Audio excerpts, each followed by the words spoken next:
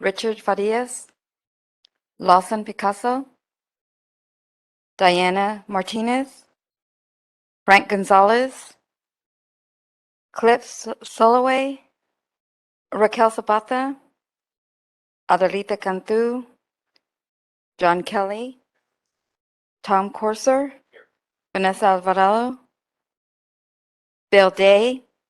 For the invocation and Pledge of Allegiance. Good morning, everyone. If you can all bow your head with me. Dear Lord, we thank you for the many blessings you have freely given to each of us. We ask for your presence to guide this meeting of the CPS Energy Citizens Advisory Committee. Provide them with the knowledge, compassion, and wise counsel needed as they discuss business matters on the agenda today.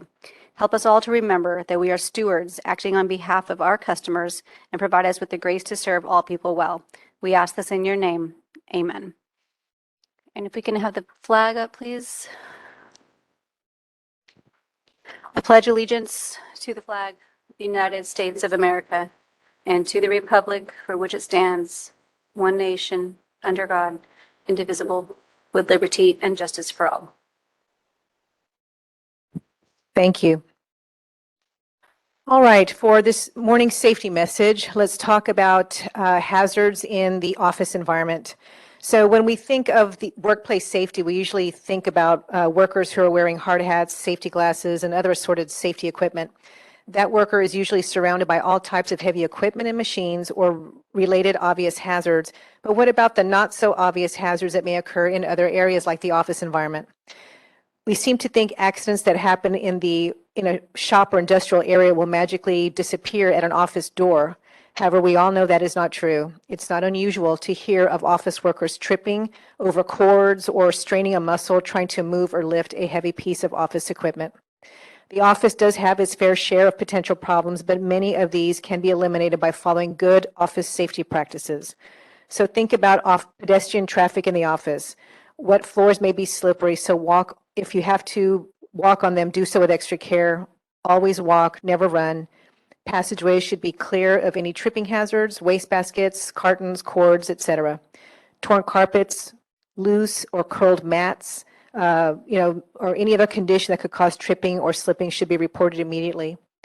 Stairways, always use handrails. Take one step at a time. Keep to the right and do not hurry. Do not leave anything on steps or stairways. Even a piece of paper, a paper clip, or a cellophane wrapper can lead to a slipping hazard. When it comes to trying to catch the elevator, walk, do not run to the elevator. Watch your step when entering or leaving the elevator because the car may not be completely level with the ground when the doors open. Do not attempt to stop automatic elevators with your hand. Wait for the next elevator. File cabinets, file drawers, as well as desk and cabinet drawers should be closed when not in use. They should be placed far enough away from doors or passageways to not interfere with an exit route. Heaviest loads go in the lowest drawers. Only have one drawer open at a time, and when shutting the drawer, grasp the handle to avoid finger injuries. Good housekeeping should be emphasized as a vital safety and health measure, and that concludes today's safety message. As far as staff update, just want to mention a few things as far as, upcoming events. We have several that I want to bring to your attention. First, of course, we always have the normal items that are listed at the bottom of the agenda for today. We have a rate advisory committee meeting happening next week on the 20th. Our municipal utilities committee meeting is going to be happening on the 25th, and it will be a CPS Energy focused agenda. So we will have 2 presentations at that event. We'll be giving some updates, on our STEP program as well as generation planning. Monday, October the 31st is our Board of Trustees meeting at 1 o'clock. Your next meeting as a CEC committee is on November the 9th. Thank you, Frank. We've caught that. Thank you, sir. Also, just want to mention that there are some programs, some community program fairs that are going on. We have one on October the 19th in the city of Somerset. We have another one November the 3rd in the city of Converse. And again, those community program fairs are about having our customer team present to share with the community all of the various assistant programs, to support, customers with paying their bills or accessing resources, energy conservation resources, and so on and so forth, so that we can just optimize the service level delivery to the community. We also have on our website a power generation open house scheduled for December the 1st. I do want to thank those CAC members that were able to attend the open house that was held last week on Thursday. And so we will be doing that again on December the 1st. We also have a virtual town hall relative to power generation scheduled for December the 8th. We will provide information regarding those events to all of you as soon as it becomes available. So not only you can plan to attend if your schedule allows, but that you can share that information with your networks.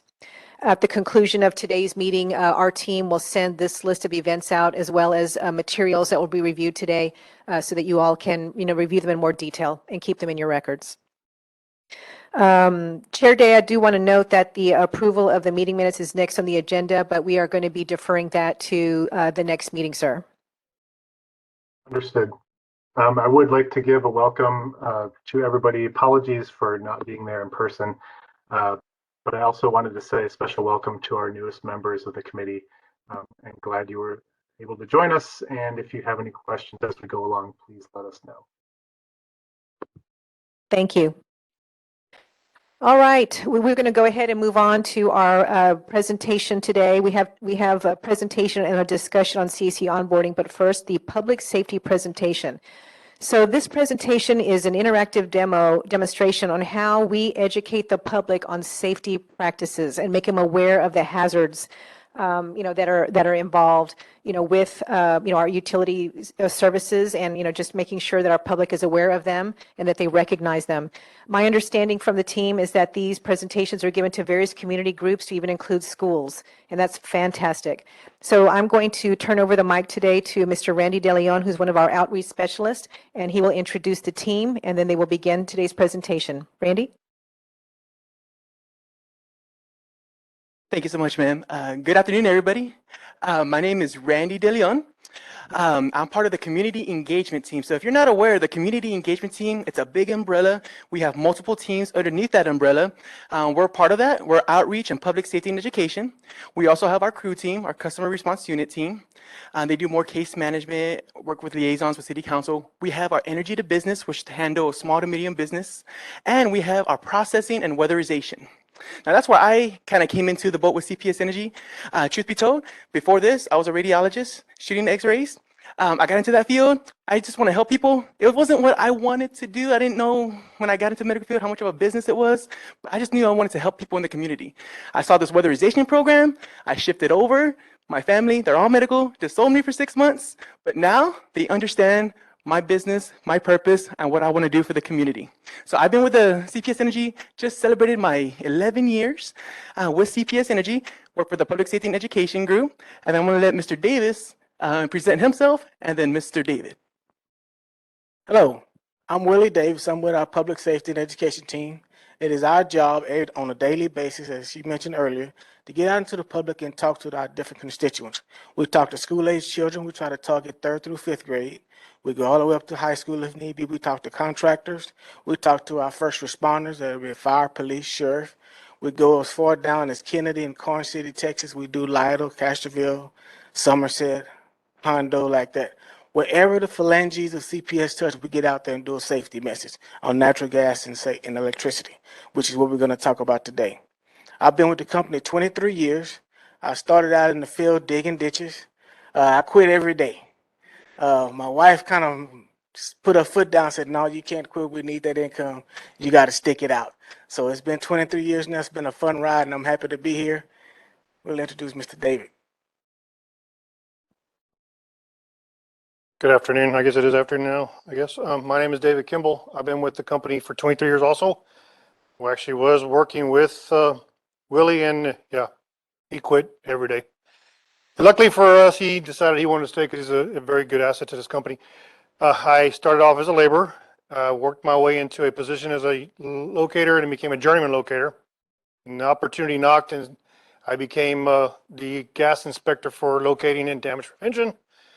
So I kind of do a lot with these gentlemen, and also speak to contractors, excavators who both damage us and also who we feel would benefit from whatever information we can give them about safe digging practices and the Railroad Commission laws and A11 laws. I'll go ahead and pass it over to Willie. All right, everybody. During this presentation, if you have any questions, please ask them. There are no bad questions when it comes to safety. You know, with CPS Energy, it's always work safe, home safe. Our goal today is to inform, to educate, but ultimately empower you to be safe, not only for yourself, but for your families, for your friends, for the community. We're going to give you knowledge that's going to keep you safe moving forward. Some of this may be a refresher. Some of this information you may already know. Some things you may even find out. I can't tell you how much joy I get when I leave a presentation and I hear someone say, well, I learned something new today. So that's our goal today, is to educate you, and maybe you might learn something new to keep you safe. With that, I'm going to let Mr. Davis start us off. All right, let's get going. Talk about some of the things you may see out in the public as you're riding around, walking around city of San Antonio. Here's some of the wires. I'm going to talk about our overhead wires for a second. Some of the wires that we have out there in the public, guys, we got to make sure that you guys are very safe out there. I should not have to say this, but I say it every presentation because we get people that do things that are not quite safe. Never, ever, ever, never, ever touch one of these wires.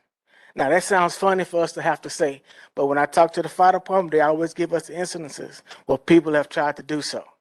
We had a sheriff guy that tried to move a wire off a road with a tree branch. Electricity can travel through or over anything under the right conditions. These wires here, these are the biggest ones we have in the system. You might see these on those big steel towers, real tall ones out there. Those are transmission wires. They can carry as much as 345,000 volts of power. Now, what does that mean to you? When you plug in your cell phone chargers at home, you're plugging it into about 120 volts. Now, I'm talking about voltage, but we all know it's not the voltage that hurt or kill people. What is it? It's the amperage. Voltage is pressure, amperage is heat.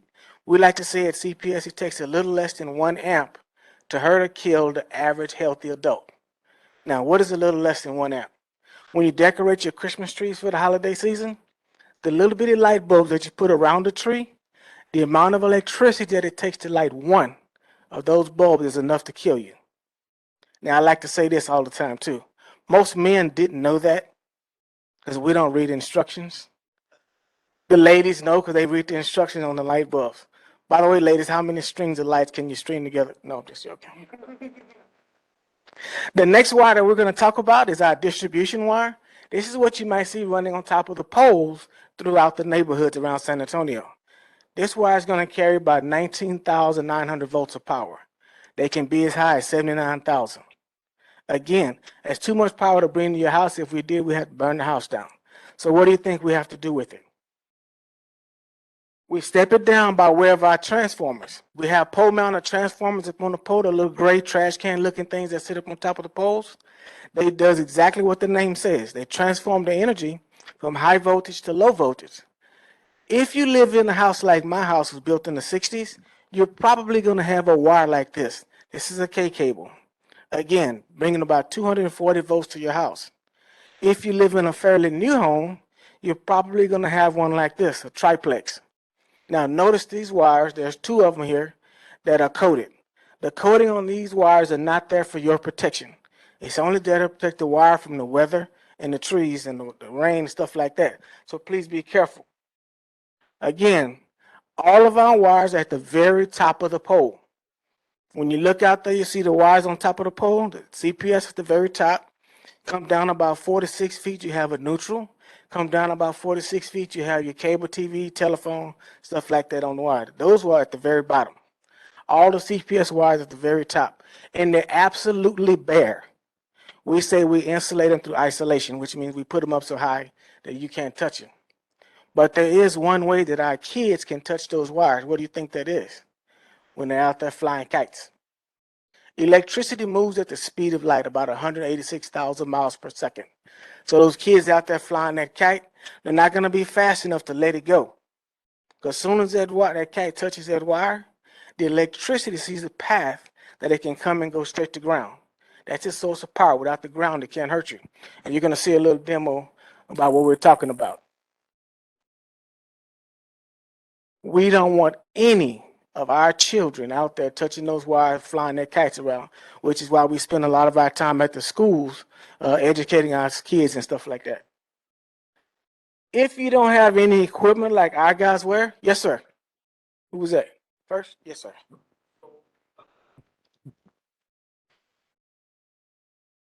So thanks, Willie. Why don't you coat the wires? Well, it'd be a little bit too heavy to sit on top of the poles if we coated all of them with the necessary coating. So it's notice weight, it's your- not cost. Yes, well, cost is involved also. But you notice your extension cords at your house, you have the rubber coating on them? Sure. Imagine trying to coat a 345,000 volt wire, how much coating you would need on there. Be a whole hell of a lot. No, it would. Okay, got And it. it'd be too heavy for the poles and the cost is astronomical. Thank you. You had one too. Yeah, I know there are areas in San Antonio where the power lines are underground. And so what is that percentage out of the total distribution in the area? And is there a program to take any of those overhead lines and put them underground? The most recent one I remember was Fair Oaks. When we had to go out there and change the whole city of Fair Oaks wanted us to put the wires underground because it was all overhead. They voted together and said, hey, we want this done. CPS went out there and done it. It was a nice cost though. Most of the stuff we have is overhead lines. Although all the utilities, the subdivision being built now are underground. So that's okay with us as well. The transformers are put in before the houses are actually put out there. And one transformer, the big green box, provides for electricity for 4 houses. We can go up to 6, but we do 4 for safety reasons. So you guys heard of David Robinson, right? David Robinson used to have 2 transformers for his one house. So yeah, he had a pretty big house. But yeah, most of our stuff is overhead. So I have a question then following up. If you have an underground system, those wires are insulated, I guess, right? They're insulated because of the corrosion and stuff like that in the weather. And they're inside a 2.5-inch polyethylene pipe, schedule 40 pipe. We Okay. put the pipe in the ground and then we blow what we call a pig through the line. So they're all Pilot in line through the conduit. wire and we pull it through the pipes. So they're all in conduit then. All in Okay. conduit. All right. Thank We you. have some old stuff that was put in back in the 70s that's direct burial that's not in conduit. I would just like to mention that Mr. Richard Medina is on the line, and he leads the entire transmission distribution area of our utility. Richard, were there any additional supporting comments that you wanted to make there regarding the questions from the committee? Oh, yes. So good afternoon, committee. A couple of things on the answers to your questions. We have about 8,000 miles of overhead line, and we have about 6,500 miles of underground line. We do have a $10 million program to bury lines. So what we do is we look at the reliability in certain areas. Some of the lines were put, they were built a long time ago, so they're in alleys that are no longer being maintained, and it's very hard to get to the poles. So we'll kind of look at specific areas to underground. Undergrounding power lines is very expensive. It's about $1 million a mile, and overhead, it's about 10 times higher cost than the overhead. So I just want to share that information with you. Thank you, Richard. I was going into if you don't have insulated gloves and sleeves like our guys wear when they're working out in the field, again, you have no business touching our wires. Our guys work on the wires hot. We never shut the power off if we can avoid it. We don't want to shut power off and then we shut power to a nursing home, a hospital, or somebody has some medical equipment at their house that needs to stay plugged up to the power. These gloves are rated to protect our guys up to 35,000 volts. They check them every single morning before they get out there and do their job. They do a little air test, and as long as they're not losing air, they don't see any of the yellow inside, they're good to go. Every lineman out there have their own set of gloves. They don't share.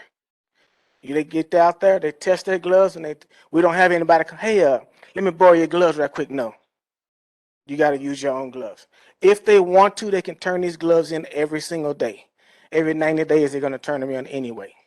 So it's a very, very safe job out there. Our guys have a dangerous job, but they love what they do. And we take a lot of time training them. It takes anywhere from 5 to 7 years to be a journeyman lineman in CPS Energy. No matter what you know, you're going to start at the bottom, and we'll work your way up. All right? As you see up here, we have our hazard hamlet. This is what we take out to the schools, as Randy showed you one scenario already. We talk about another one, and every one of the scenarios up here happen in real life. Every one of them. So we had this young lady right here, she kicked the ball over the fence, and we like to point out one of the kids and say, hey, this was you out there. You were playing soccer, you kicked the ball over the fence. and you went over the fence to get your ball back because it was a special ball. Every one of our substations and our transformers have safety signs on them. This is the universal sign for electricity danger. So please be careful out there. We talk to the kids and we tell them she climbed the fence to get her ball, and we simply ask them, what do you think happened to her? And then we show it. Now, quick question. How do you think the electricity stays in the wires and it never comes down the pole? Because you know electricity is always trying to go to the ground. But why don't the electricity come down the poles? Because of our ceramic glass insulator sitting on top of the pole. Now, how do you know how much power you're dealing with out there? We have these different saucers or cups or bowls, whatever you want to call them. If there's one or two, you're probably dealing with about 19,000 volts. If there's a lot like this, 4 to 5, you're probably dealing with 79,000. And then if there's two arms of those insulators, you're dealing with about 138,000 volts of power. Again, all of our wires at the very top of the pole. Before I forget, how many of you guys have one of these in your house? Everybody do.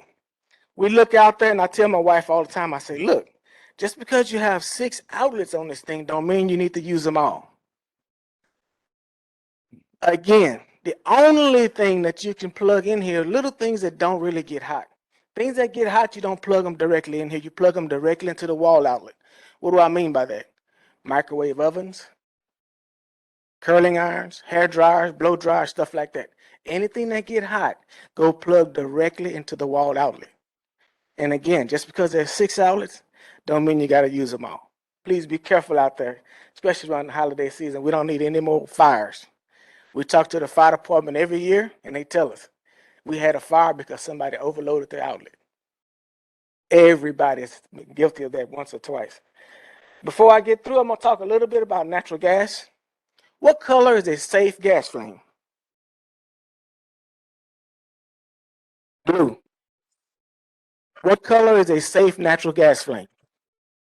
Blue. We want it to be blue.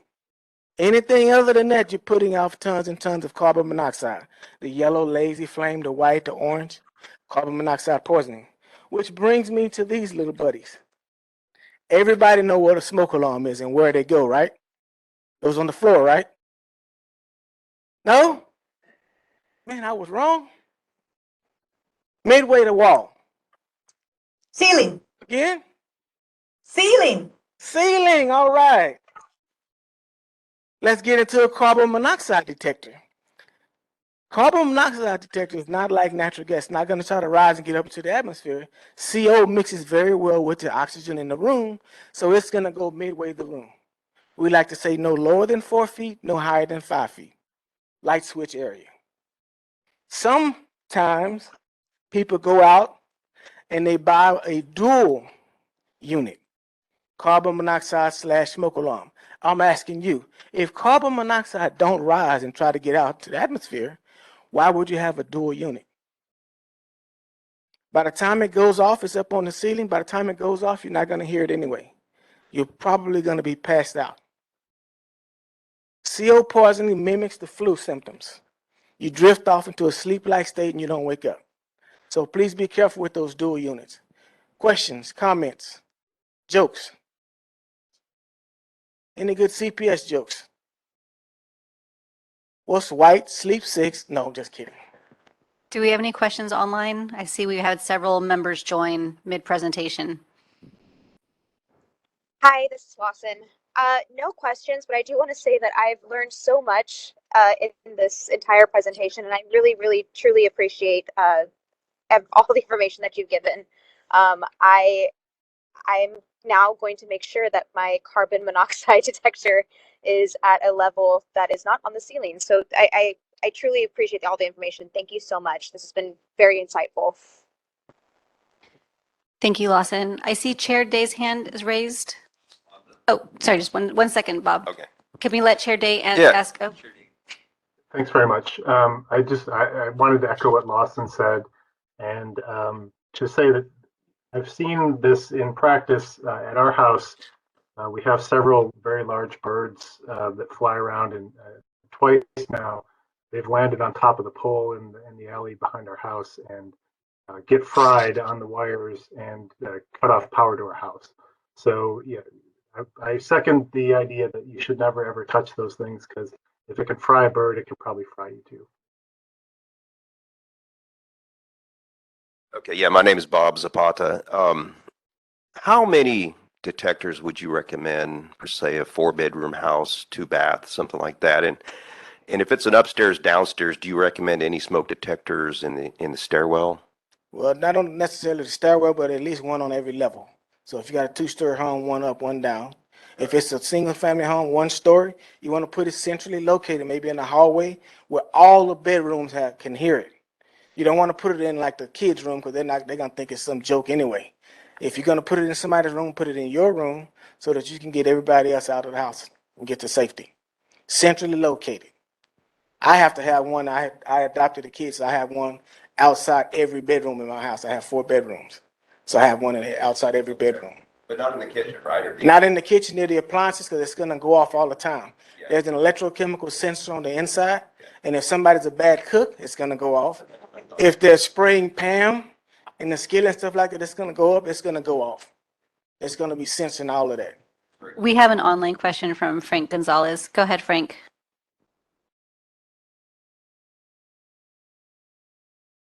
Good morning, everybody. Everyone hear me? Yes. Thank you for going over the surge protector and the electrical safety. I go through that at work since I'm do safety at my job sites. And I have to constantly remind my contractors that if I see an office surge plug, I'm going to get rid of it, and I need a construction grade surge protector with the reset button. I cannot count how many times we had near miss accidents because someone overloaded it or the surge protector caught on fire. It takes a lot of education on my contractor's part to let them know, like, you're playing with very dangerous stuff, and I'm glad that y'all brought that up.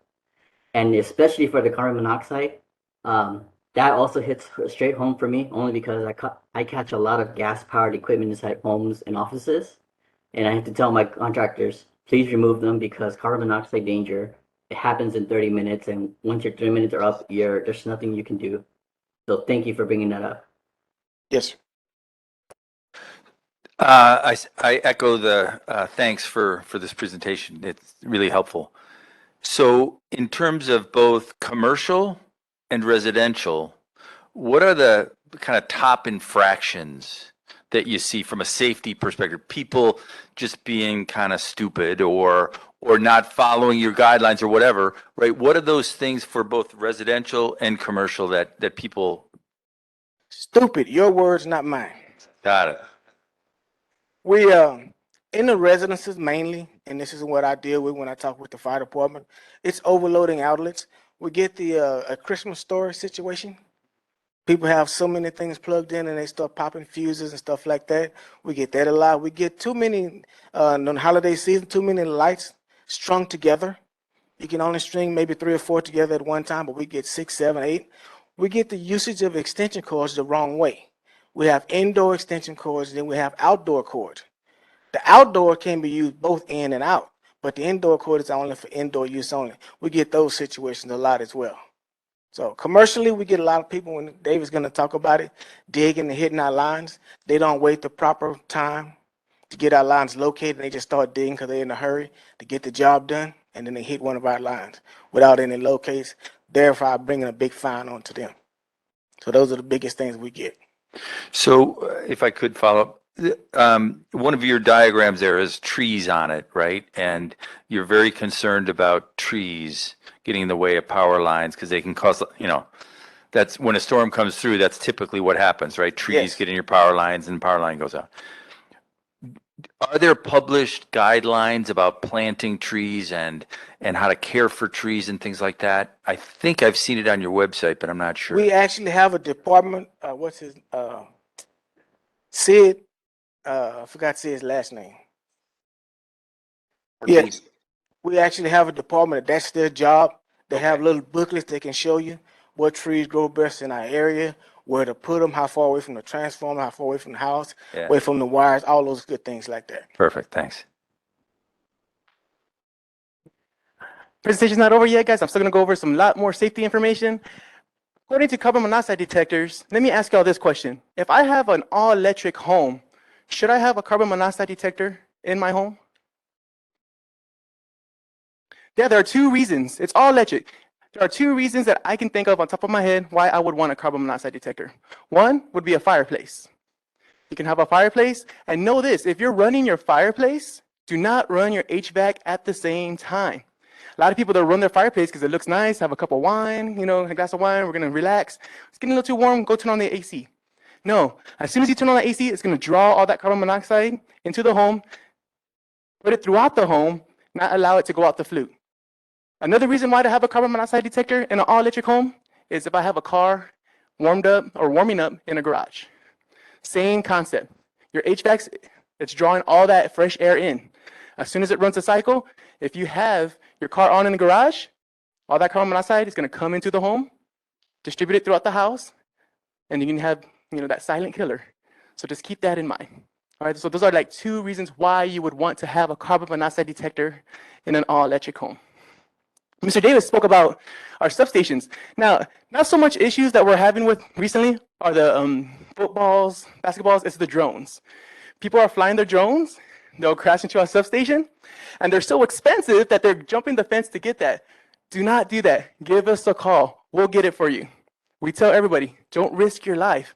We're not going to get mad. Now, if you keep doing it over and over, we're going to get upset. But we understand accidents do happen. We just don't want you to become an accident. And like Mr. Davis was saying, all electricity wants to do is get from the power line into the ground. We keep it in the power line with our ceramic glass insulators. Without the ground, electricity can't hurt you. That's why the birds can sit on the wire and not get electrocuted. It's because they're not touching the ground at the same time. If that bird had 1 foot on the wire and for whatever reason had another 50-foot long leg that came all the way down to the ground, as soon as it touched the ground, what's going to happen to that bird? We're going to have fried chicken just falling out the sky. And to your question earlier, we have a lot of incidences where nowadays that with the kids going back to school, our first responders are telling us that they're seeing the kids hang around the green boxes waiting for the bus, sitting on the green boxes. So we got to tell the kids, do not do that. Keep that area clear. We went to one house and we saw that a lady, she put her doghouse on top of that green box. And we asked her why. Why did you put that doghouse on top of the green box? Well, she goes, well, when it gets cold. Oh, yes. That letter of credit. Thank you for looking. You gave me that screenshot. One says Wells Fargo. Is that not it? Oh, okay.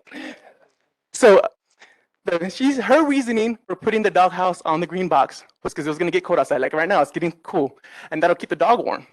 But yeah, but if that dog gets a little too curious, goes somewhere he's not supposed to, what's going to happen to that dog? We're going to have a hot dog. We're going to have a hot dogs on the green box, fried chicken falling out the sky. We don't want that. We want our community to stay safe. You brought up the point to the trees. We do have tree trimmers that trim trees. Now, the service drop that Willie was talking about earlier, the ones that go from the pole to the house, that is the customer's responsibility to trim those trees. But to keep our customers safe, we can do a temporary disconnect. You can call CPS Energy. We'll send a crew out there. We'll temporarily disconnect your power to make it safe for you to trim that tree. And as soon as you're done, we'll give you power right back. So that is an option, and it's completely free. We do not charge our customers. Now, the main thing I'm going to talk to you about today, before we turn it over to David, are car pole accidents. Now, this might save your life one day. God forbid you're ever in this situation. Now, if I'm driving and I hit a pole and a power line falls on the car, what do, guys? Do I get out? Do I stay in? Anyone know? You stay in. You stay in. You stay in the car. Why? Because you're like a bird sitting on the wire. You yourself, you're not touching the ground. The car is. But what if there's smoke? What if there's fire and I have to get out? There is a safe way to get out of this car. Now, you cannot open the door and step out like you normally do. You cannot touch the ground and the car at the same time because then you're going to get electrocuted. So how am I going to get out of that car? What do I have to do to not touch the ground and the car at the same time? Jump. Jump. But you don't have to jump far. You don't have to be an Olympic jumper. So what you're going to do is you're going to open the door. You're going to stand up on that lip. There's normally a lip right there when you open the door. Now you're going to hop out, and when you land with your feet together and your arms together. Don't lose your balance and touch the car, because what's going to happen? You can get electrocuted. Now that you're out, you're still not safe. A lot of people don't know this. Once electricity has found its way to get to the ground, it can actually move through the ground in waves, in circles. You ever throw a rock into a pond? You know those ripples? That's how electricity is moving through the ground. So if I take a step like I normally do, now my feet are in two different voltage ranges.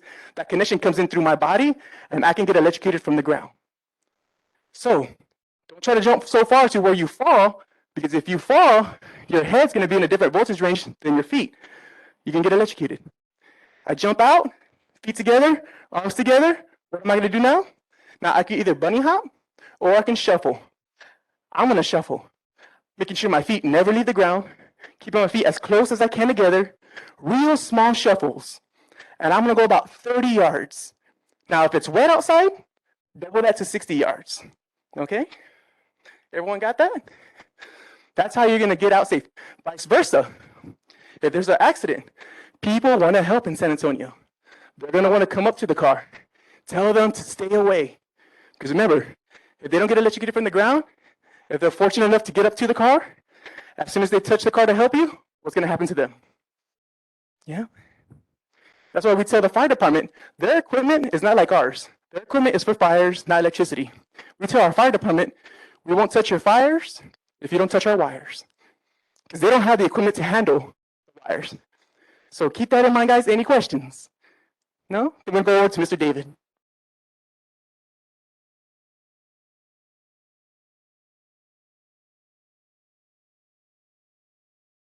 Again, my name is David. I've been with the locating department for the better part of 23 years.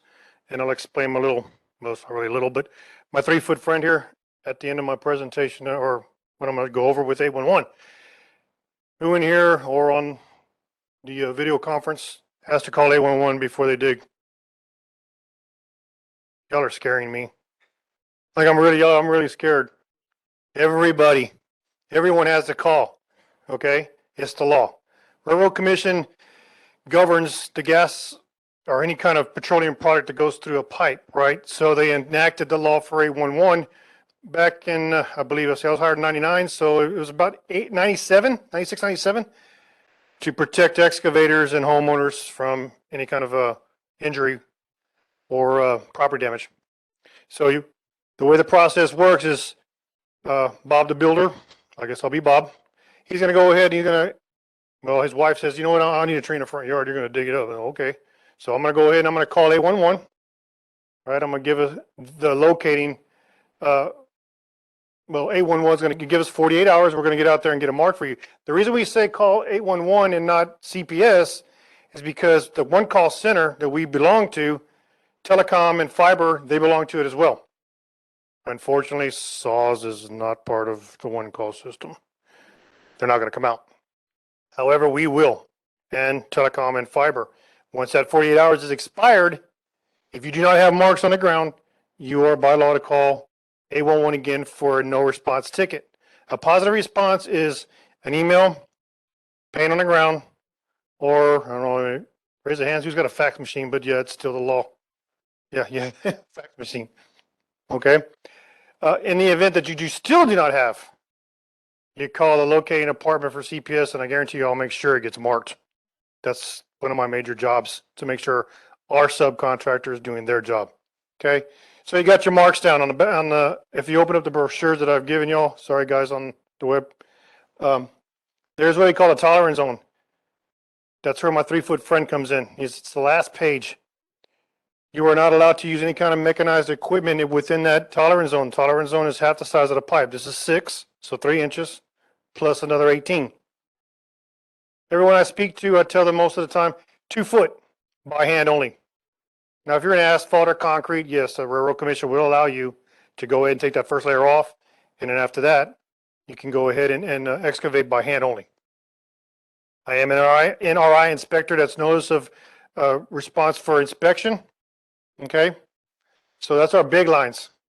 I know everybody knows, well, maybe not, the Blanco Road and Hebner job with back about 12 years ago where they hit our transmission line through there.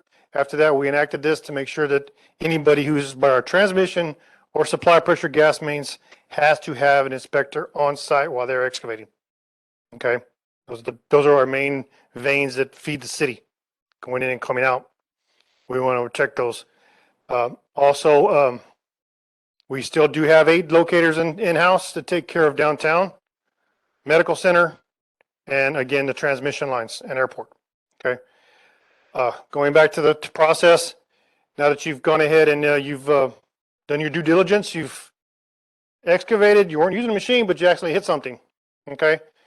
If there's no release in product, there's no reason to call 811 for a dig up or the fire department. If there is a release in product, by law, you have to call 811 for a dig up, 911 for the fire department.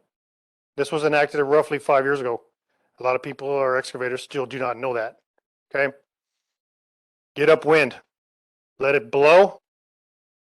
Don't try to backfill it, and don't be a cowboy and try to bend it over, tape it. I've seen a lot of creative stuff out in the field. You can ignite it through static electricity. I don't know how many of y'all have siblings, but I mean, I had a little brother and I'd rub my feet and pop him, right? That will ignite gas.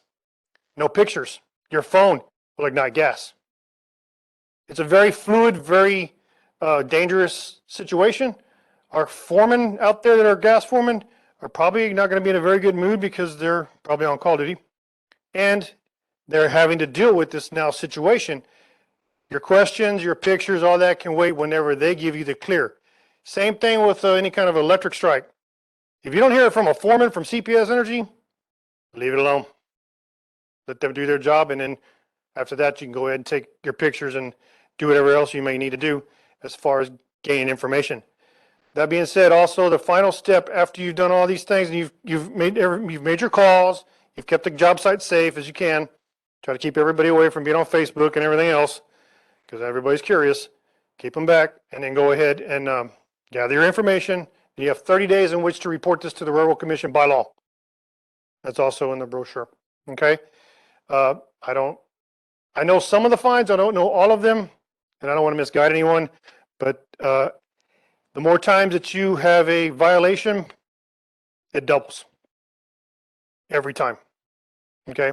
So like again, I have some of the numbers, but the folks at the Railroad Commission aren't real forthcoming with their fines, how much, until you actually get one. Finally, we'll talk about my 3-foot friend here. This came off of Boulevardy Road. This was an actual gas main that we had in the ground. It's still there, but it's been repaired, obviously.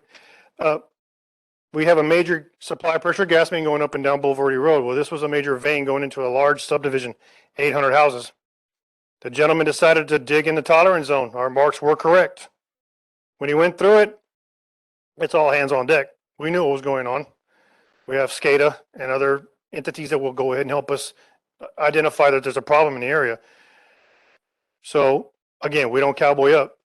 We opened up a hole on like each side of the tables, right? We squeeze it off after we bypass it, right? And then do our repairs. 3 crews working 16 hours a day, hog-load, and finally got the repairs done. But now that we have to evacuate it, get all the mud and foreign debris out of it, out of the pipe, I say, and then it's all hands on deck. In the gas department, everybody who's a trainee has gone through every department in the gas department. So if you can light somebody up, all their appliances, all hands on deck. Took us another 3 days to get everybody's appliances back on and running. Aside from the actual monetary part of it, I tell all the excavators that have hit us, and I mean, we do large groups. I got one coming up. It's about 70 guys. The poor guy that's down there in the ditch digging, like Willie and myself were, he's in direct line of fire. And if that excavator doesn't pay attention to what he's doing on that excavator, we know he ain't supposed to be in the tolerance zone, but they do it anyway. Otherwise, I wouldn't have my 3-foot friend. I'd hate to have to be the person to say, I'm sorry, your husband, your wife, your spouse is not coming home because of what I did, because hey man, stop waiting. He'll listen and you have an incident. That would be a horrible day for anybody. And that's basically what we try to do in the damage prevention department. Try to keep people safe when they excavate. We know you have to excavate. We know things have to be fixed. Try to do it the safest way you can. Any questions? I know I'm kind of quick, but we are short on time, I believe. Yes, sir. So back to the residential situation, not the industrial one, right? Right. Got a yard Okay. sitting on a corner, two Okay. streets, right? And you want to plant a tree in the middle of your yard. Am I calling you guys? Yes. Now, Why? keep in mind that because it's the law. Well, yeah, but I want to understand why, because everybody, I think very few people would understand that, right? Because you put your utilities around the periphery, right? And I understand there's an easement zone for sewer, for electric, for whatever, right? But not in the middle of my yard. So help me understand why that's the case. We're going to give you service from our main vein, which is this gas main, and run it through your yard in order to get to the house. Mhm. Say there's something underground that you don't even know about because you've never excavated at your house, large drain that may go through the middle of it, a large rock that we couldn't remove, so we're going to bypass it and try to go around it. If you don't have marks on the ground, you're going to buy that damage. Okay. Got it. Now, keep in mind too, and I'm glad you brought that up. The gentleman sitting to your right can't call for you. He can't call, vice versa. Whoever's doing the actual excavating has got to be the one to make the 811 call. Okay, it's kind of like driving with my driver's license. They pull you over, they ain't gonna look for me. You're the one driving. So I have a suggestion. It's not necessarily to you. I think Okay. you're involved, but the folks who give away trees for CPS, I mean, I got a couple from them, right? I didn't call. I didn't know I had to call. I think that's really kind of a good connection to make, is the people who are giving away trees for CPS for very good reason, right? You guys need to tie in with them and make sure that that's part of the tree giveaway, is that information. And my good friend here to my left here is gonna give, and Kirk Knuckles, who's also in the department, and Willie, of course, are giving us the HOA residents all their names throughout San Antonio. And we're gonna start going out there, and that, hopefully that's gonna go ahead and alleviate, because a lot of people, well, you gotta pay your HOA fees, correct? So give them a brochure. Hey, y'all come into the office, give me your check and I'm gonna give you the information, right? But with any safety message, right? Sure. And we You can't do- tell them once. You got to tell them 5 times, and they I might understand. understand it. I then. understand completely, trust me, 5 I times. understand. I understand completely. And keep in mind too, your ticket's only good for 14 working days. So once you call it in, the time starts. And you have 14 working days. If you get to that 14 working day and you allow the ticket to expire, gotta wait 48 hours again. So we tell everybody call on the 10th to 12th day to keep your ticket rolling if it's gonna be a large project. Thank you, everyone. So much for that presentation, everyone. Can we give them a round of applause? We appreciate the information. Thank you so very much. Do we have any questions online or? All right. All right. So now, Chair Day, we are ready to move to the CAC onboarding portion of the agenda. So we will allow you to kick that off when you are ready, sir. Okay, thanks very much. And you all who have been on the committee for a while will remember this. This was an idea that came out of the committee, that it would be helpful to have some process and some documentation for onboarding new members, to talk a little bit about the history of the CAC, what its purpose is, what we're here to do, and then also to give some operational information about CPS Energy itself, so that we would have some familiarity going into this as we talk with the public and answer their questions about various things related to CPS Energy, and also as we convey information from the public to the organization itself, knowing where that information should go. So I want to thank Yvonne and the whole team, Julia, Melissa, Velma, Nancy. I'm not sure exactly who worked on all this stuff, but it's very well done. Thank you for putting all this together. Yvonne's going to go through some of it. I will talk a little bit about some of the responsibilities and expectations of CAC members. But this is a packet of information that you all will get. And then we'll follow that up with some informational meetings, particularly for the new members, where we can give some of the highlights of this and answer any questions you all may have. So Yvonne, do you want to take it from there? Or is there anything specific you wanted me to talk about at this point? All right, thank you. So I want to go ahead and start with the mission and the purpose of the CAC, as well as overall history of the CAC. So if we can turn over to those pages of the booklet. And again, as Chair Day said, we will be sending this booklet to those that are participating online so that you can go over it in more detail and keep it for your records. One moment, please. Just wanted to notate for those in the room and for those online. So what you're seeing on your screen is what we use to put this packet together. It's an online version of a PDF packet. Everybody will be emailed this link after the meeting. The link that you will receive will display on your computer exactly as you see it on your screen. Those in the room do have a printed copy, just for reference. And anybody who wants a printed copy, we will be more than glad to do that for you. It's a 65-page document, or 60-ish. But again, you will be emailed a link that way not to clog your inbox with a 20-plus megabyte document. All right, thank you, Julia. All right, so let's talk a little bit about the mission of the CAC. So, as stated in the bylaws of the CAC, which is also included in this package, the mission of the CAC is to support CPS Energy's elements of success by acting as an interface between CPS Energy and its customers to help tell the CPS Energy story often and well, to understand performance measures, and to challenge CPS Energy to think outside the box. So, basically what that means is that, as members of the CAC, it's very important for you to learn the business.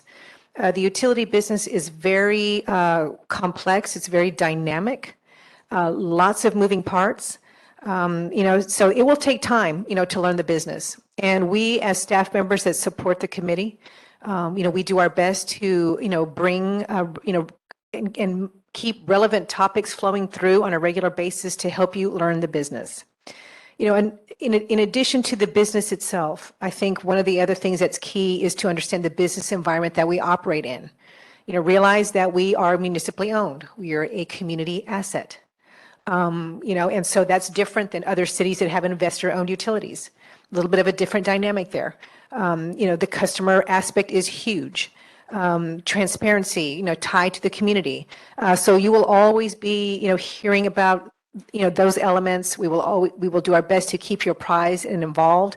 One of the things I mentioned to you all, you find that I mention every time we do, when we kick off the meeting, after the invocation and the pledge, we do a safety message, then we'll do a staff update, and I will make mention, as I did today, of various events that are going on in the community. Again, that's a friendly reminder, to you all, to where you can, stop by these events. You'll be able to see presentations like you saw today, interact with our own staff and our subject matter experts, maintain a communication with the community, which is very key to for you to be able to keep a pulse of what's going on out there. And you can tie that information that you're getting from the community, what you observe, what you hear, from your interactions. You can bring that in and tie that to the perspective of the input that you're offering back to us, when we are perhaps launching a big project or strategic initiative. You'll be able to give not only your viewpoint from your own experiences, but also the viewpoint, from, your community networks, and the outreach that you've done. So again, the mission of the CAC, in addition to what you see here on paper, learn the business, understand the business environment that we operate within, engage with the community to understand and share the community sentiment, and then you can share the concerns back with us, advocate for the utility, and also, what's the biggest thing is when you take all of those elements together, to provide your input and feedback regarding, again, our strategic priorities and initiatives. And so, throughout the history of the CAC, the CAC has provided feedback, either verbally, or in writing, regarding, input to strategic initiatives, which enables, that consideration to be, given, by our leaders and by our board of trustees. So again, I'm not going to go over, I'm not going to read this document to you guys. I'm just going to, point out some key things that I think that are good takeaways for you to have. Again, we'll send this document to you after the conclusion of the meeting, so that you can look at it in more detail, make some notes. And of course, at a future meeting, you're always welcome to, come back and ask us any questions. Of course, you don't have to wait till the next meeting to do that. You can reach out to us at any time. We'd be happy to get any answers that you need. So let's go ahead and talk about the overview and the history of the CAC. A couple of things I want to mention there is that, this committee has a long established history, 25-year history with our organization. The committee has 15 members as per the bylaws. 10 are appointed by city council members, and 5 are at-large members. And some of them are nominated to apply, for consideration, and they're selected by the CAC Executive Committee. All of you will be serving 2-year terms, and you can serve up to 3 consecutive terms for a maximum of 6 years. We have monthly meetings, second Wednesday of the month, which always includes staff briefings on key projects and initiatives and topics of interest, either topics of interest to the committee because you guys have submitted a request for a specific topic, or topics of interest to the community. Again, there may be times where we will be asking the committee for formal input on key initiatives, especially those that will require Board of Trustees or City Council votes. Now, recent examples of that is that, we made a request to the committee, to provide formal feedback back in January regarding the rate request that we submitted to our board and city council. At that time, the CAC opted to provide their input in writing in the form of a resolution. Back in May, we had the new, we were proposing a continuation and new version of our STEP program. The STEP program has been around since, I want to say 2012, and the STEP program includes, weatherization assistance, conservation, rebates, helping bringing energy bills down, saving energy, and helping the community not only from a billing position, but also, environmentally as well. And the STEP program, we were, going before our board and city council, for a request to extend that program, which was going to include also, requests for funding through our bills, customer bills. And so back in May, the committee was asked to provide formal input, relative to the options that we were proposing to the board to consider. At that time, the committee provided their input by taking a vote and having Chair Bill Day, speak to the Board of Trustees regarding the sentiment of the committee and the outcome of the vote. So again, the input can be done in multiple ways, and we're open to, how the CC wants to do that. But just know there will be times coming in the future where your formal input will be requested. We have some big initiatives coming within the next year, in the coming months, in the next year, relative to our big community discussions on generation planning and rate design. So as those initiatives mature and get closer to the point, where we are, going to need to brief the board and come forth with a recommendation, the CAC will be, asked to weigh in on that as well. So, again, opportunities, just again, want to remind again that, the overview and history, again, is opportunities to attend our community events, to learn, interact with the community, develop new relationships and networks. So please also check out our website. We constantly update the website relative to opportunities for y'all to do that. Now, one thing I do want to mention in regards to the overview, of the committee is that many of you all are aware that we also have a rate advisory committee. Okay. And so the rate advisory committee, that began in 2021. So we're about 1.5 years in, of the rate advisory committee. Now, the CAC has a broader mission. It's about, being that connection, between the utility and the customers, providing input on various things.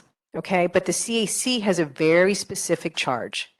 And the CAC's mission is to provide input and perspective on rate structure, rate design, any proposed rate increases, and generation planning. Okay, so there may be times where some of the topics, going before the rate advisory committee will also go before the CAC. But as a general rule, many of the topics going before the CAC are not, the things that we brief you on from an education standpoint are not, going to the rate advisory committee, again, because of 2 different scopes and purposes. Okay. And just as an anecdotal measure, I just want to mention also that our peer utility SAWS also has a rate advisory committee. And, so there, you may hear reference to that from, and their charges, again, their rate advisory committee is about their rate design, rate increases, so very similar. Tom, did you have a question? Is the rate advisory committee, the RAC, is that time bound or is that going to kind of continue forever? Is there a decision on that yet? No, there is not. So we know more to come on that. I know they have a journey, so I would say at this time, not time bound. Question.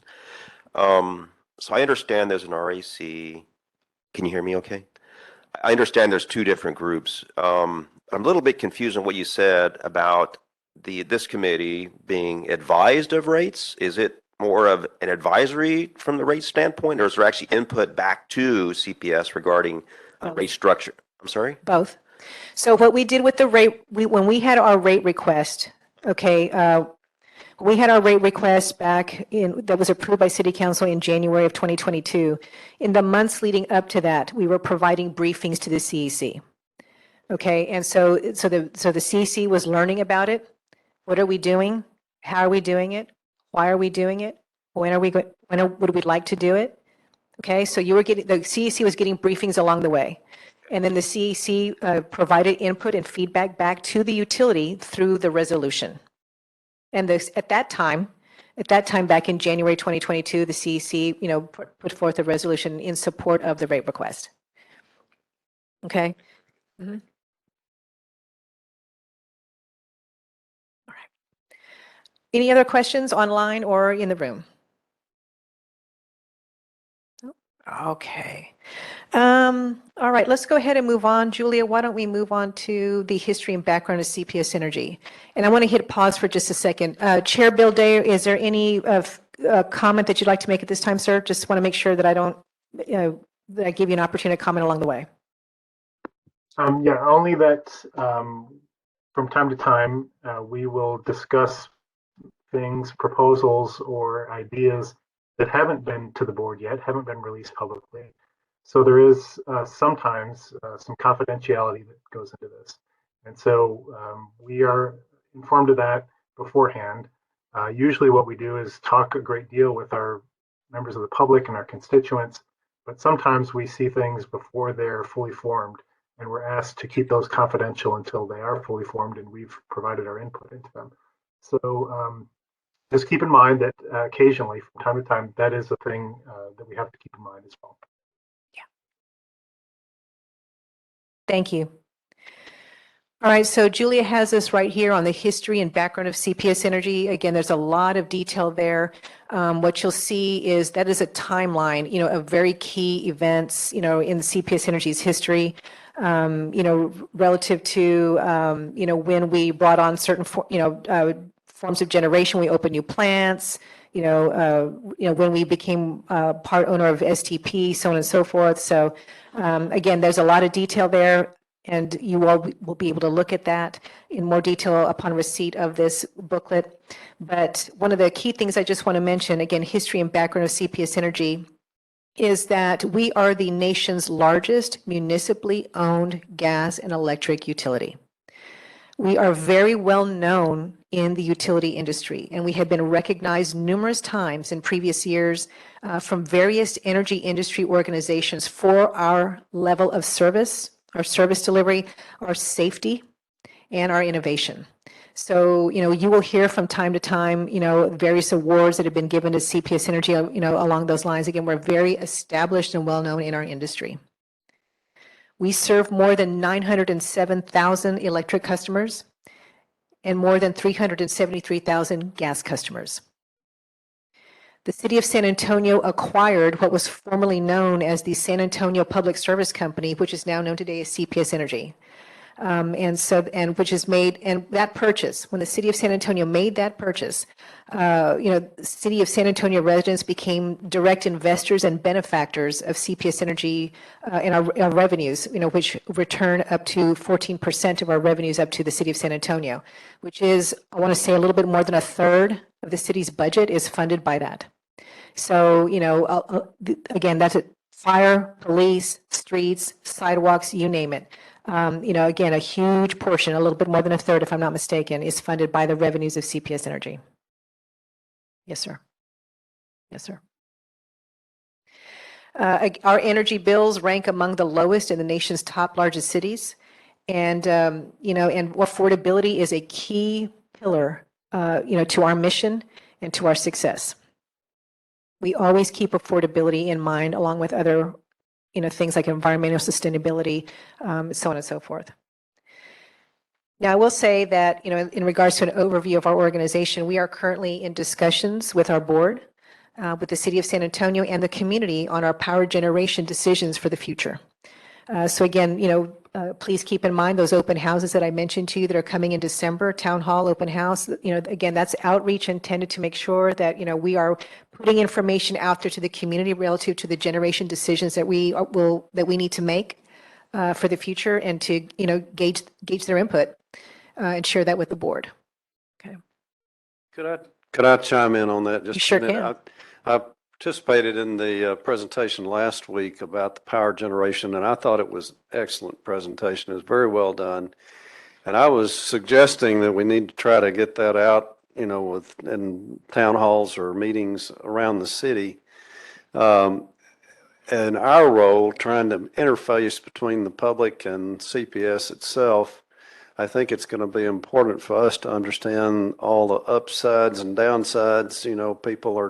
Certain people will be advocating green energy and other people advocating other issues. I just think it's important for us to have a good understanding, those of us that are on the CAC, to have a good understanding of what the various options are and what the pros and cons of various activities are. I just think we need to be informed. So that anytime we're interacting with the public, we need to be knowledgeable about that. Okay, duly noted. Thank you. Any questions on just those key highlights there that I mentioned? All right. So let's move on, Julie, to the Board of Trustees section.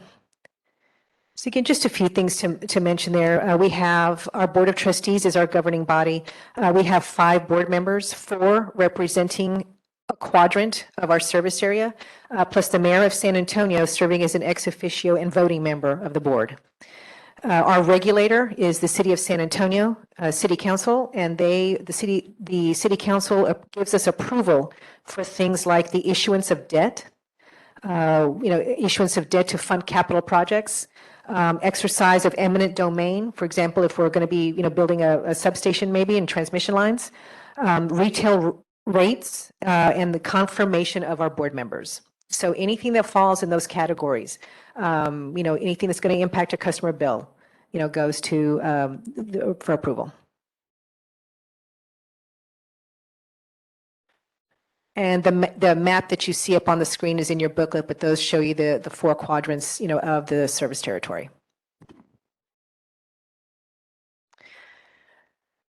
And I'm just going to close my portion, of the conversation right now before I turn it over to Bill Day for additional comments by mentioning our core values. Can we move to the core values section?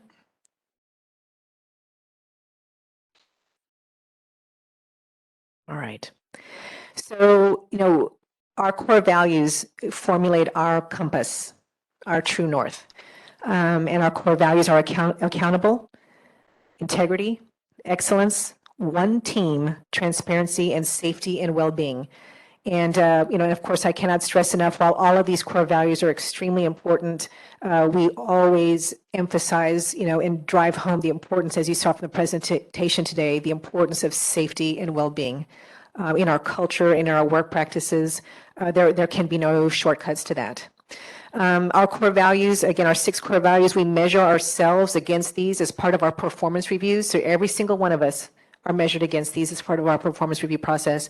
And not only, do we measure ourselves as individual employees and our individual, performance against these core values, but we think about it as, we are also measuring ourselves against these as a collective whole.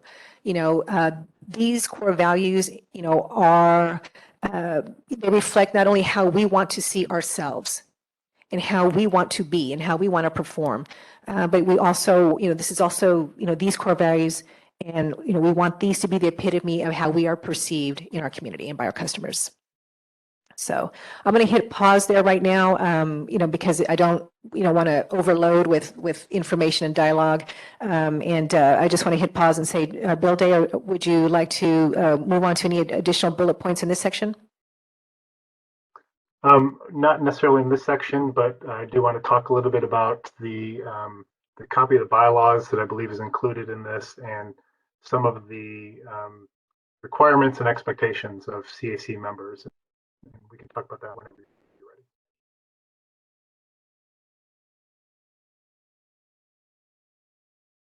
ready. Okay, so you'll see in the copy of the bylaws, if you haven't reviewed it already, there are certain expectations for CAC members as far as attendance at meetings. And we also like you to attend as many outside meetings or functions as possible. So at least a couple, whether it's CPS Energy Board of Trustees meetings, or very often CPS Energy will have town halls in parts of town where they talk about issues.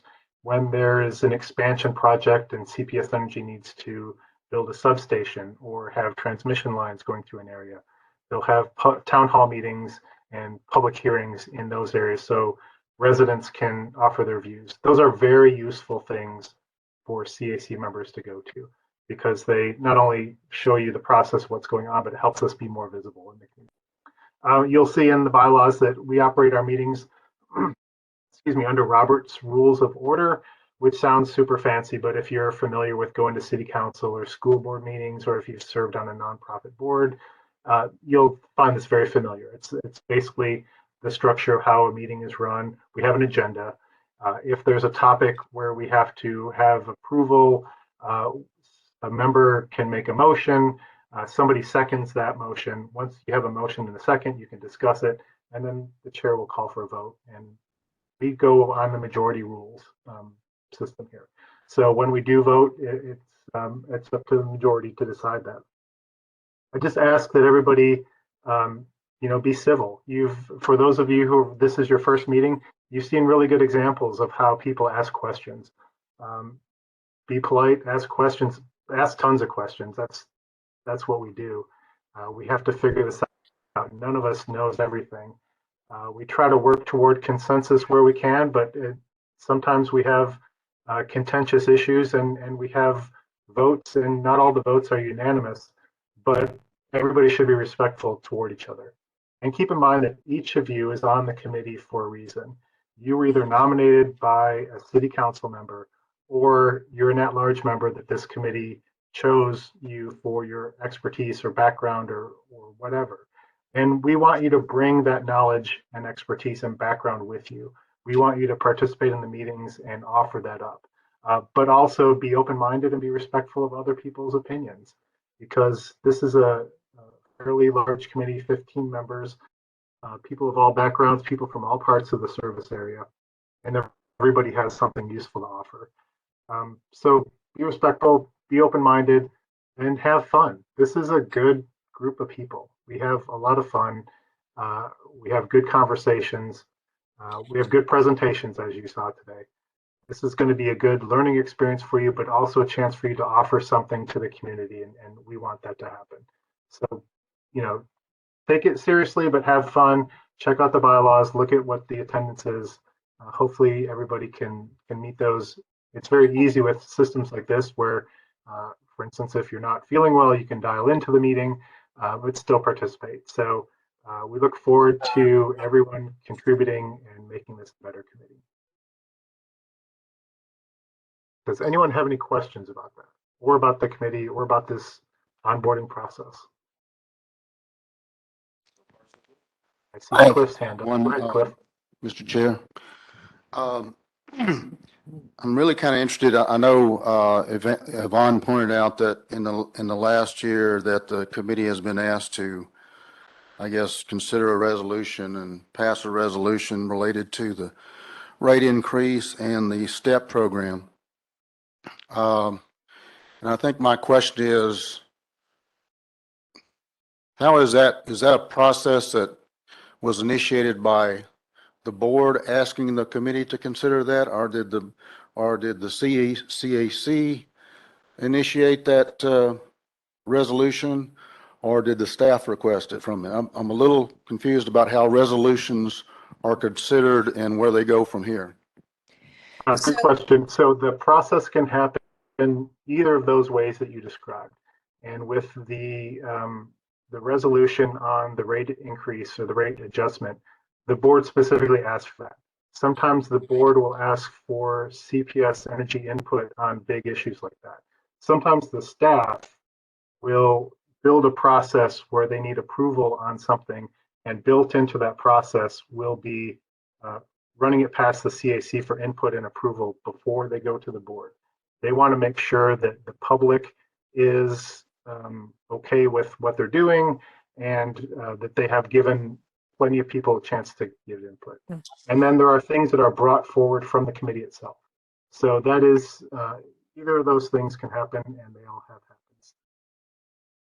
Does that answer your question? Yes, thank you. Thank you, Chair Day. Tom? I would just offer a thank you to both you guys for putting this together. This is, I know, Bill, you had asked us to kind of give you input, and we all kind of gathered around to figure out what that was, and you guys nailed it, so thanks. You're very welcome. You're very welcome. On behalf of the team, you're very welcome. Anything from anyone online? Yes, I had a quick question. Firstly, thanks y'all for this presentation. As a new member, it is extremely helpful to have such a detailed overview of what our role will be and the roles of other committees within CPS. I think I understand much better our relationship to the RAC and to the CPS board, but could you speak for a moment on our relationship or our responsibility with respect to the climate action and adaptation plan? Will there be any interactions or responsibilities with respect to the implementation committee, the equity committee, or the goals set out in that plan? You know, at this point, I'm going to have to say that's going to be determined, and let me tell you why. The CAP, okay, the Climate and Adaptation Plan, that is a City of San Antonio initiative. So the City of San Antonio, you know, they have their various committees, you know, that are working through that. You know, granted, that has an impact on our business, so, and we play a role in supporting that. But if it's something specific to the CAP policy and governance, you know, that while that may be something that we get a briefing on, you know, that's something that will stay within the realm of our regulator, you know, because again, that is a city initiative. However, keeping in mind, we do keep in mind, you know, CAP, environmental sustainability, always in our decisions, you know, relative to, you know, conservation, power generation. So there is an alignment there, you know, because we want to stay in alignment with that and walk alongside that, you know. But as far as, you know, governing the city's climate action and adaptation plan, you know, that governance remains with the city. And Yvonne, if I could just jump in, another good example of that was in the recent overage that was delivered to the city of San Antonio. Because prices went up, CPS Energy had a higher than budgeted amount of revenue that it delivered to the city, and the city council had several proposals for what to do with the extra money, the so-called extra money. Again, it didn't directly affect CPS Energy, and it's not something the CAC would have decided. That was for the city council to decide. But I did ask that we get a briefing on that so we would know what the options were and what was being considered, because I felt like it was a possibility, especially for those of you who are nominated by city council members, that your city council member would ask you what your views were on how that overage should be spent. So there's some interaction, but it's useful to remember that there's things that the city controls and there's things that CPS Energy controls, and we're mostly a function of CPS Energy.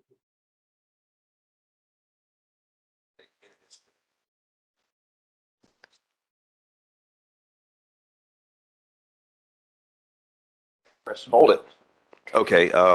In addition to that, would it be possible to get the mission and vision of the other groups as well, so we kind of know whether there's overlap or disparities between, is it? You're referring to the rate advisory committee? Yes, ma'am. Absolutely, Right. we can share the Yes, bylaws. just Sure. kind of get an idea, what the boundaries are and what the different groups are trying to accomplish. Is that possible? It is. Okay. All right. Good. Thank you.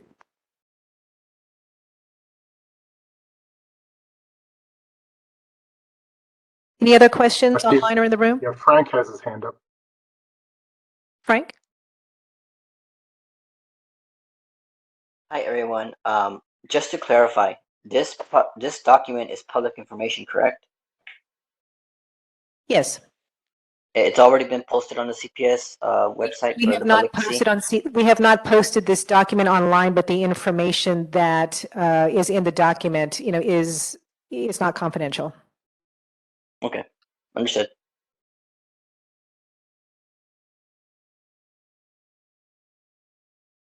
Any other questions?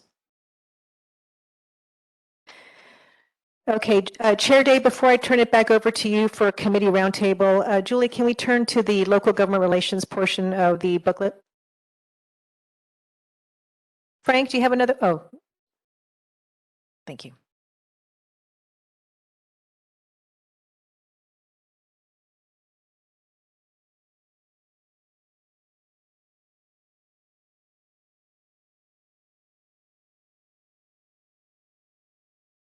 It's okay. So, I'll just move on, and Julie will bring up the page there in just a second. But I just wanted to mention that in the booklet, you see the org chart for your local government relations team. We are a team of 5, and all from diverse backgrounds. Some of members of our team have been, like Velma Corona, have been with the organization for 30 years. Some of us 16, 17 years. Some of us 3 and a year and a half apiece. But we all come together from, different experiences, and, we work for this utility, we work for you. Our goal is to help pave the way for our utility success, pave the utility's path forward to help the utility achieve its policy and strategic objectives through our advocacy and through engagement with our external stakeholders in the community. And examples of external stakeholders and community, is our San Antonio City Council, Bexar County Commissioners. We also have 31 suburban cities in our service territory. So that would include, the relationships that we have with the mayors, city councils, public works directors, city managers, the 31 suburban cities, in our service territory.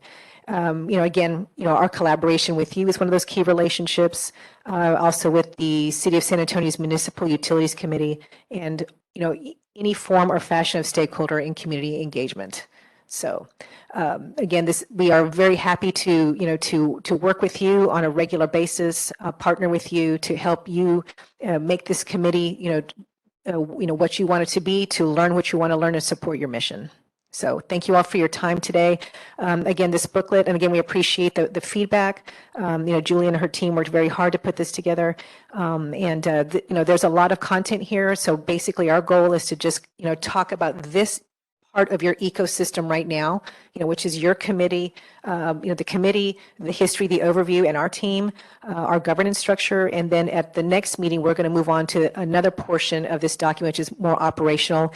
As you can well imagine, I'll be calling my friends from the outside to help support that conversation as well. So more to come on that. Chair Day, we'll now turn it over to you for roundtable. Okay, thanks very much. And for the new members, this is something that we like to do before the meeting ends, is just go around the table, go around the meeting, see if anybody has anything that they want to bring up, any comments from the public that they've talked to. I'll kick it off. That page that you just saw on the screen has the local government relations staff on it. We've had questions from committee members from time to time. If they have a question of CPS Energy, is it appropriate for them to ask directly, or should they go through the committee? Any CAC member can ask any question, and the people that you saw on that list, the local government relations staff, are the people you would ask. So send an email, send a phone call if you need to. Of course, you can bring it to the committee if you want, but if you ever have questions or things that come up, please let them know. So I'll go around. It's a little bit difficult for me since I'm not in person to see who's there and who's not, but I think have an accurate roll call. So I'll just call on people randomly in the order that I wrote them down. Diana, do you have anything that you want to bring to the? No, nothing, Chair, not today. Okay. Frank, anything else you want to add? Yes. So I did have a question when we were talking about the energy safety. There is a concern I have in my district, and it's about the usage of the alleyways. I know in some of my older neighborhoods, we have alleyways that are used for utility maintenance and for CPS to use. The part that I'm having trouble or finding information on is who owns the utilities and what can my neighborhoods do in order to keep the alleys clean, and who do we contact if there's a job that we can't do and we need extra help? Awesome. Awesome question. Who owns the utilities in your alleyway? Is that No, what I'm hearing? so no, it's who owns the alleyways for my older neighborhoods where Oh, the utility poles are if either it's connected or if owned. it's considered an easement, it's CPS Energy. But that can be the homeowners. Some where I live, we don't have an easement back there, so it's my property and my neighbor's property behind me. So, but if there's an easement where you can see trucks driving back there and stuff like that, that's CPS Energy. Okay, so the alleyways are owned by CPS Energy? Unless I'm mistaken, the property owner owns the property. We acquire the easement just for access. So if you are seeing different utilities going through there, that would be the reason why. I mean, we have to have that access so we can monitor and help you keep your power and your lights on and everything on. Okay, so that clears up part of my question. The next part of my question is, so some homeowners in neighborhoods do periodic cleanings, especially around springtime and fall time, for the alleyways, and every now and then they run into lines that are down, either from telecom, mostly telecom, and others like trees are too close to the trees are too close to the lines, and most neighbors and most citizens are afraid to go near them, so they either ignore them or don't know who to contact. So in that regard, would it be appropriate if we either call 311 or we call CPS directly for to clear those lines with the help of maintaining the alleyways? I think it would be best to call CPS Energy directly.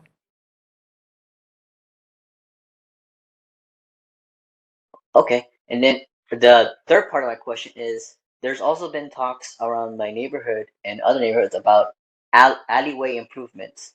We've seen some alleyways in my older community where some of them have been either have asphalt or they have paved road or they have gravel down versus traditional dirt and grass in the alleyways. Um, who is doing I guess, the alley improvements, and how do I get in contact with the person to request that?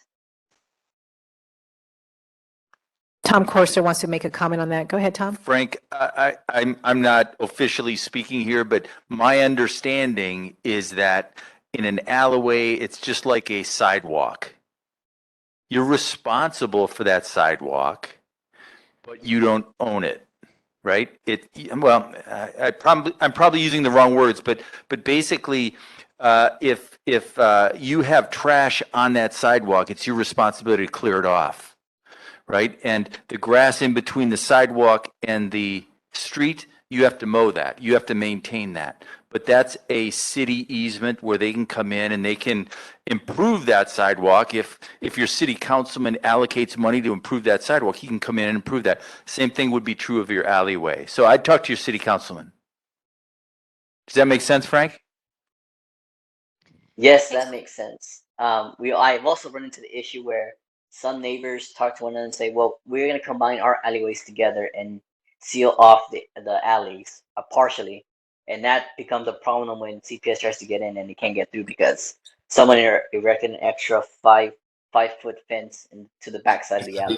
That's why the easement's in place, is to allow them access to that, right? Hey, this is Julia. I have two comments. First of all, Frank, in the back of the the onboarding packet, which you will be emailed. There are some frequently called numbers, just general information, how to get a hold of CPS. One of them is the 353-4357 or 353-HELP. That's always a good number just to keep in mind and utilize for yourself and your community if you have questions. But I also wanted to recognize Gabriel Garcia, who's with our legal department, and he can address some of the questions regarding alleyways. Gabriel, go ahead. Thank you. Can you hear me? Yes. Yes, we can. Okay.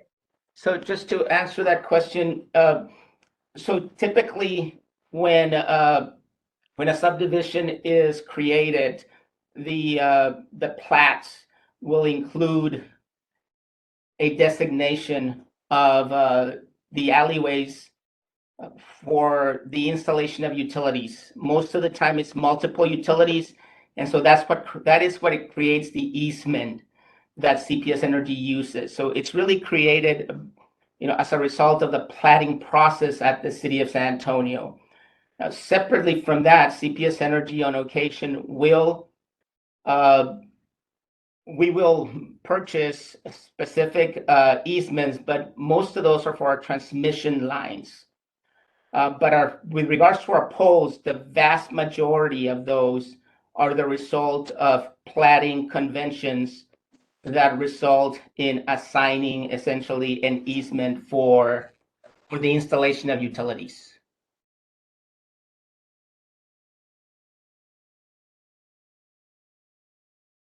Any question?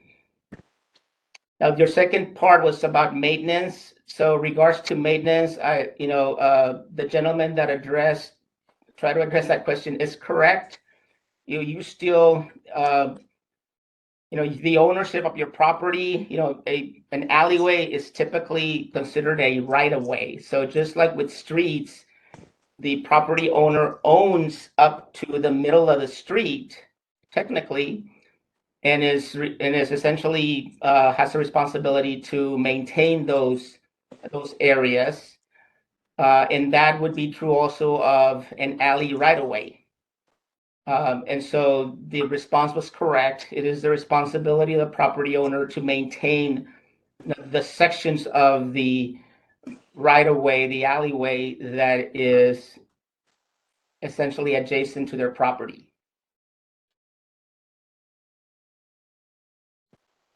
Thank you, Gabriel. You're welcome. Thank you. All right. Thanks for those questions. Tom Corser, you're up. Do you have anything you want to bring forth? Not really, other than, Bill, we tried to give you a hard time before you got online here to say that you had committed about 4 or 5 months ago to have a CAC happy hour. And we're still waiting for that invite, Bill. I'm not sure I committed to hosting it or organizing it. We'll just have you by the first to 3 rounds. attending it. No, actually,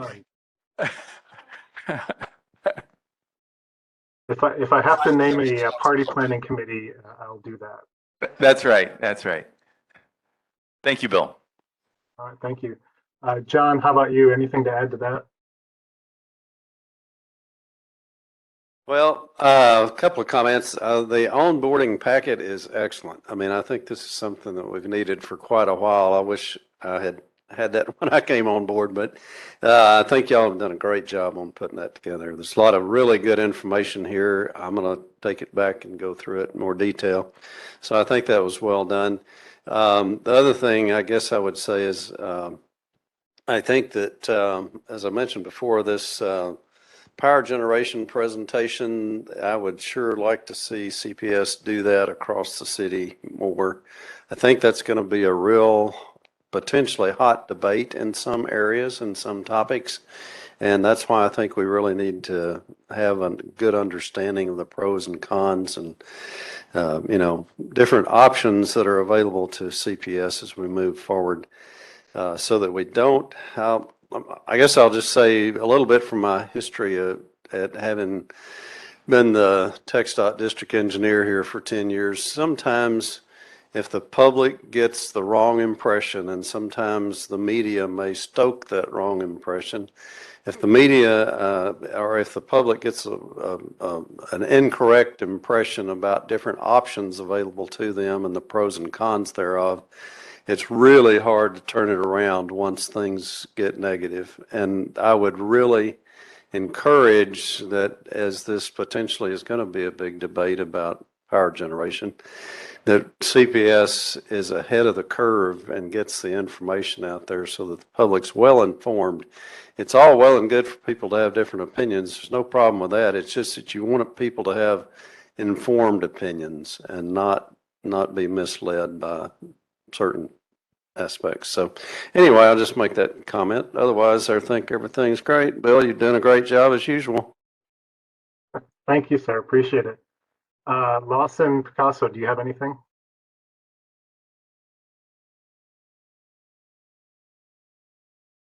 She's Lawson still with us? has had to drop, sir. Okay. How about Raquel Zapata? Is Raquel with us? No, sir. And Dr. Cantu? I don't see her name up here either. No. Okay. Well, Vanessa and Bob, you're our newest members. I will let you say anything that you would like to say in or on your behalf, or ask any questions that you want to ask. Vanessa, why don't you go first, then we'll have Bob go next.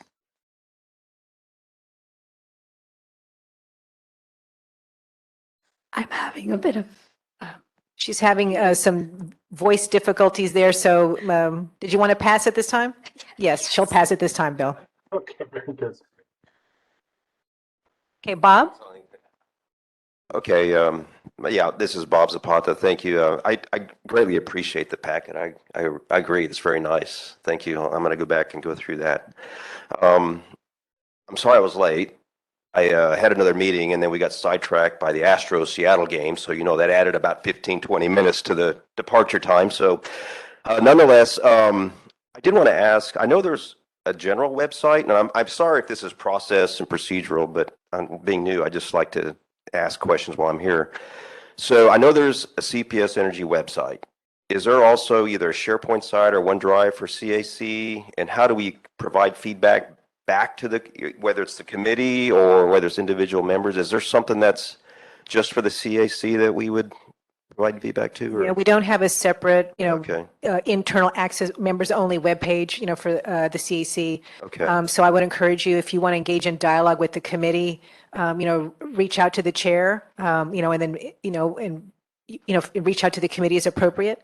Whether it be about any initiatives or getting together a future meeting or whatever, and also realize we're here as a resource for you too. Okay. So we're more than happy to help facilitate, coordinate any information gathering to support you. Okay. So yeah, if you want to just try with us first, maybe we can answer your question, and otherwise, we need to facilitate kind of a group dialogue, happy to help. Okay, great. I'll do that. Thank you very much. Appreciate it. Call us. Okay. Did I miss anybody? Did I get everybody? We have Andrea Clapsaddle and we have Stephen Bonnet, Oh, please go ahead. Yeah, I just, again, thanks for the onboarding package as well. It's very informative, and it's nice to have everything in one spot to look at. And for the member introductions, I was going to mention, because I noticed it was on the agenda and hadn't had an opportunity to meet everybody that's new here today. So welcome to the team.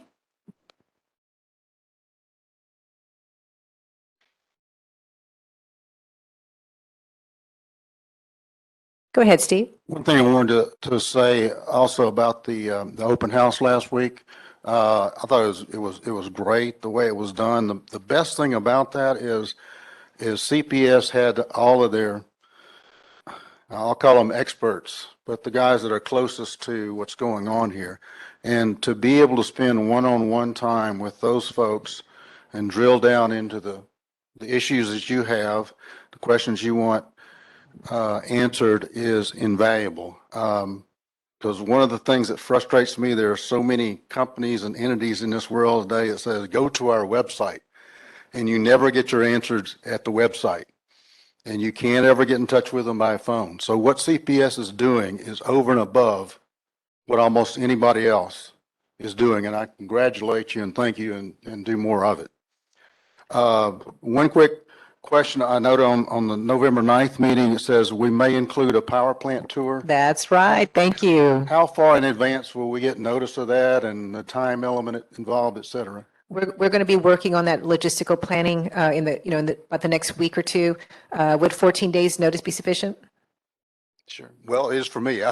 As part of the committee. So we're planning on a power plant tour for you all as part of your onboarding. We are targeting using your meeting date that you already have established. Your next meeting is November the 9th. So barring anything unforeseen, that is what we are planning. And in the coming weeks, we'll be working on the logistics to do that. We're going to have to coordinate, how we're going to get there, PPE that's going to be required, the security check-in, so on and so forth. So I will be having some internal planning calls to work through those details to share with you, give you a run of show. But why don't we target, 14 days before that date to have more intel. Right now, we are thinking that the plant tour will be at the Bronick Power Plant. That plant is going through overhaul right now. They'll be scheduled to be done by the time November meeting comes around. Thank you. And back to you, Mr. Chair. Thank you. Bill Okay, Dave, we thank do have Frank with his hand raised. Yep. Go ahead, Frank. Hi, thank you all. Last one for me, but this is more of an invitation for the CAC and CPS Energy. On November the 12th, we're doing a block party for District 4 and District 5 for the Quintana Neighborhood Association. We will be posting that on Facebook and invite everybody, but it's basically it's just us to bring our neighbors together and to help with community issues while having a kind of like a little mini fiesta moment with us in November 12th. Since we're on the border between 4 and 5, sometimes our issues don't get answered because we're in the border of both. So hopefully this event helps bring my neighbors together and educate everybody on anything that has to be as a homeowner and as a citizen in San Antonio. So I'm inviting CPS, but I'm also currently and officially asking for CPS help if they can have a representative. We'll provide a table for y'all, but if you can send as many representatives to answer any customer questions or that of the sort for my elderly homeowners and other homeowners are coming into the little block party that we have. We'll take that back to our customer team, Frank, and see what we can put together for you, sir. Thank you. All right, Chair Day, we'll turn it back over to you, sir. Thank you. One more thing I'd like to mention is that we have elections coming up toward the end of the year. Officers of the CAC serve a term from January till December of the following of that year.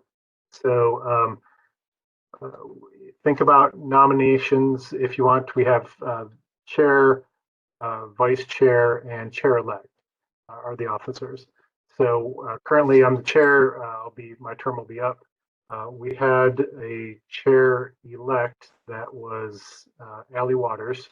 She chose to leave the committee. So we need a new chair-elect. And my intention was to nominate the vice chair, which is John, to move up to be the chair-elect. And then we would need nominations for the vice chair position. That's really a decision for the committee. So I will ask you to think of nominees for those positions. The only requirement is that the officers have to have served for a year on the Citizens Advisory Committee at the time of the election. And then that's pretty much it. So if you want to nominate yourself or you think somebody else on the committee would do a good job, let Yvonne know or let me know, and we'll put that together. The actual voting will take place at the December meeting, but we wanted to give you a heads up because we do have that vacancy. We need to get some nominees going.